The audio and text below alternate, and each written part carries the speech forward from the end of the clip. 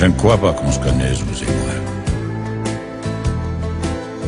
Mais je suis à peu près certain qu'on a bien dû se rencontrer quelque part, sur la route. Vous, au volant de votre voiture, et moi, dans la cabine de mon semi-remorque. Oui, je suis routier. J'aime l'aventure et j'ai roulé ma bosse aux quatre coins du monde. J'en ai passé des frontières et bouffé des kilomètres de poussière, de boue ou de neige. À cette époque-là, je faisais la ligne sur l'autoroute de Californie. Et c'est là, justement, que m'est arrivée cette étrange histoire. Je venais de loin, je conduisais depuis trop longtemps, et la fatigue commençait à se faire sentir. J'hésitais à réveiller mon helper, qui dormait dans la couchette. Pour me tenir compagnie, j'avais branché mon CB, comme on dit par chez nous. C'est cet appareil qui nous permet, à nous les routiers, de garder le contact et de nous entraider en cas de coup dur.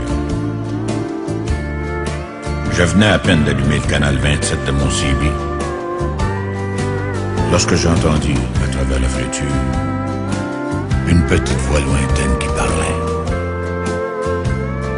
Une petite voix d'enfant qui appelait. Allô? Allô, les routiers? Ici Teddy Bear. M'entendez-vous?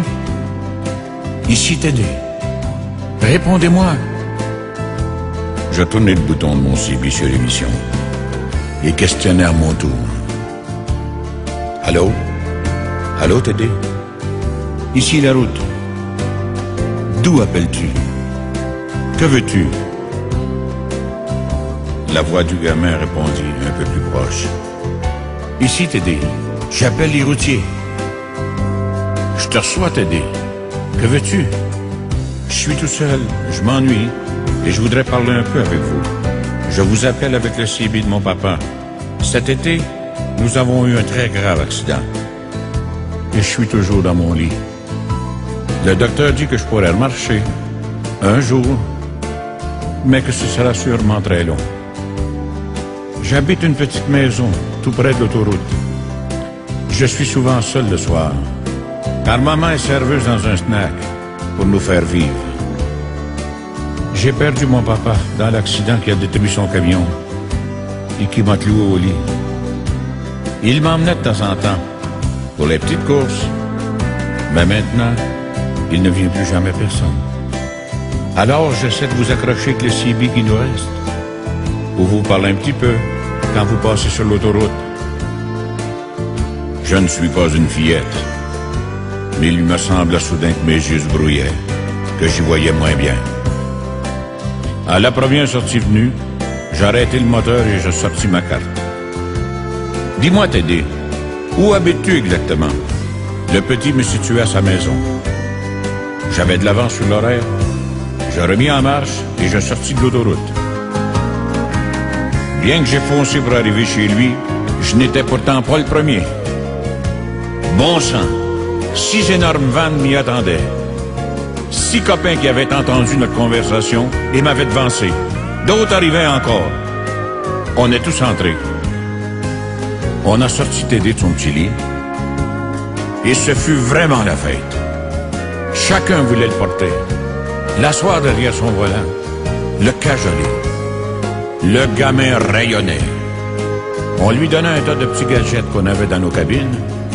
Et puis, il fallut bien penser à reprendre la route. Je l'ai remis dans son lit, après l'avoir embrassé une dernière fois. Je grimpais sur mon siège et je tirais le démarreur. J'ai vu plus d'un dur qui détournait la tête. On lui promet que chaque fois qu'on passerait sur l'autoroute, on klaxonnerait d'une certaine manière pour qu'il nous entende. On se quitta enfin. Je n'avais pas fait 3 kilomètres quand mon CB crépitait à nouveau. Mais c'était une autre voix. une voix émue de femme. Et elle disait: Allô, les routiers? Ici la maman de Teddy. Merci les gars. Vous êtes de braves types. Bonne route et que Dieu vous protège. Je n'ai pas pu répondre un seul mot. J'ai coupé mon CB et alors seulement, j'ai chialé. Oui, chialé comme un vrai monstre.